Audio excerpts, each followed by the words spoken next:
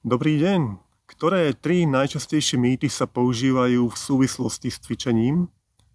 Mýtus je podľa mňa všeobecne príjmaný názor, ktorý sa všeobecne príjma bez toho, aby sme sa na neho hlbšie pozreli, bez toho, aby sme si ho trošku viac analyzovali.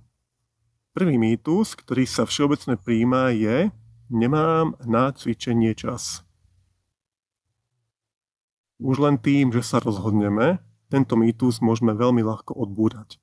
Rozhodnutie stojí za všetkými úspešnými plánmi, všetkými úspešnými činnosťami a všetkými skvelými výsledkami. Keď ste rozhodnutí byť s niekým vo vzťahu, keď ste rozhodnutí začať na svojom tele pracovať, keď ste rozhodnutí začať pracovať na svojom vnútri, keď ste rozhodnutí, tak ste rozhodnutí. Znamená to, že tí ľudia, ktorí sa ešte nerozhodli, tak pravdepodobne veľmi ľahko podľahnú ďalším mýtom, o ktorých sa tu budeme ešte rozprávať. Prvý mýtus: nemám na cvičenie čas. Pozrite sa na to, koľko času máte. Každý z nás má presne toľko času na tejto planete, koľko ho potrebuje a aké priority si postaví.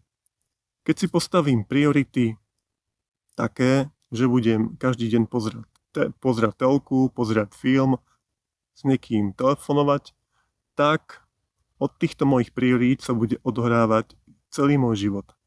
Ak si stanovím prioritu každý deň 10 minút cvičiť, tak postupne, ale nevyhnutne sa môj život začne meniť k lepšiemu.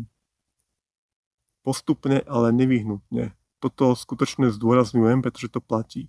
10 minút nájsť si na cvičenie čas je fantastický časový priestor, v ktorom sa vy budete motivovať. Nebude to pre vás ani moc, ani málo a bude to tak akurát.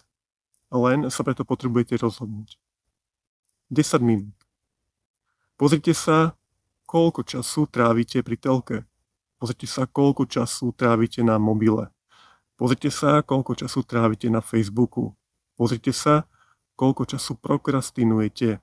Prokrastinácia je rozptýľovanie pozornosti na veci, ktoré nám neprinášajú skoro takmer žiadnu hodnotu. Na veci, ktoré nám prinášajú hodnotu, máme málo času. Ale to nie je úplná pravda. Pretože sa len potrebujeme rozhodnúť. Potrebujeme sa rozhodnúť, čomu skutočne chceme venovať pozornosť. A keď sa rozhodneme, čomu chceme venovať pozornosť, tak ten čas sa nájde.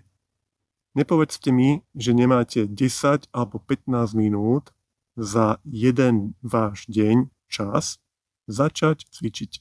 Určite máte. Takže vidíte, je to len otázka priorít a otázka rozhodnutia.